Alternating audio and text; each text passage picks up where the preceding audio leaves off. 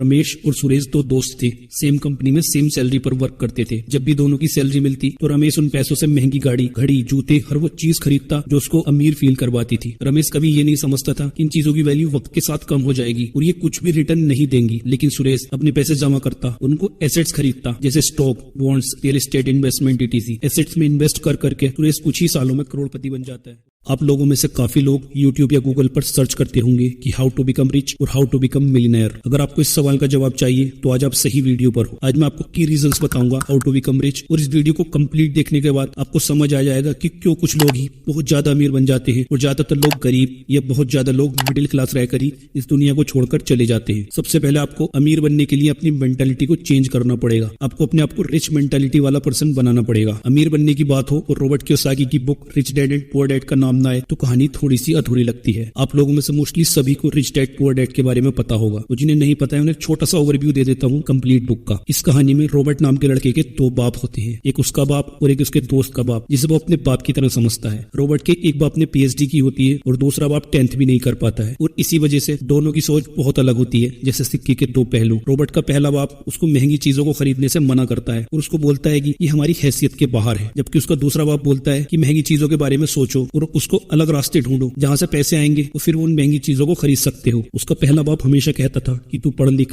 और एक अच्छी जॉब कर, जबकि दूसरा बाप कहता था कि तू पढ़ लिख और उसके बाद एक कंपनी खोल और लोगों को अच्छी जॉब दे। रॉबर्ट ने अपने दूसरे बाप की बात मानी, उसको फॉलो किया, और फिर उसको फॉलो करने की वजह से ही वो मियामी फ्लोरिडा का सबसे अमीर आदमी बना। सबसे इंपॉर्टेंट बात जो रॉबर्ट ने अपने दूसरे बाप से सीखी वो थी फाइनेंशियल लिटरेसी। आज मैं आपको बताऊंगा इजी वर्ड्स में फाइनेंशियल लिटरेसी क्या होती है और ये किस तरह आपकी सोच बदल देती है। इसी फाइनेंशियल लिटरेसी की वजह से आप अपनी जिंदगी में अननेसेसरी चीजें खरीदना बंद कर देते हो। दोस्तों, फाइनेंशियल लिटरेसी है एसेट्स और लायबिलिटीज के बीच का फर्क जानना। एसेट्स वो चीज होती है जो आपको पैसा बना के दे। एसेट्स आपको पैसा कमा कर देते हैं। एसेट्स का ठीक अपोजिट होती है लायबिलिटी, मतलब जो चीज आपसे पैसा ले और उससे आपको कोई भी इनकम ना हो। एसेट्स और लायबिलिटीज ही सबसे बड़ा रीजन है आपको अमीर बनाने का और गरीब बनाने का। अमीर लोग इसलिए अमीर होते हैं क्योंकि वो एसेट्स बनाते हैं, और मिडिल क्लास लोग अपने सारे पैसे बस लायबिलिटीज पर खर्च करते हैं जिससे उन्हें अमीर होने की फीलिंग आए। ऐसा नहीं है कि अमीर लोग कुछ नहीं खरीदते, बल्कि वो मिडिल क्लास वालों से ज्यादा ही खरीदते हैं, लेकिन वो पहले अपने लिए एसेट्स बनाते हैं, उसके बाद उन एसेट्स से जो भी पैसा आता है उस पैसे को अपनी एक्स्ट्रा चीजों पर खर्च करते हैं। आज आपको एक छोटी सी कहानी सुनाता हूँ जो शायद आपकी सारी जिंदगी हेल्प करेगी कि आपको अननेसेसरी चीजें खरीदनी चाहिए या नहीं खरीदनी चाहिए। रमेश और सुरेश दो दोस्त थे।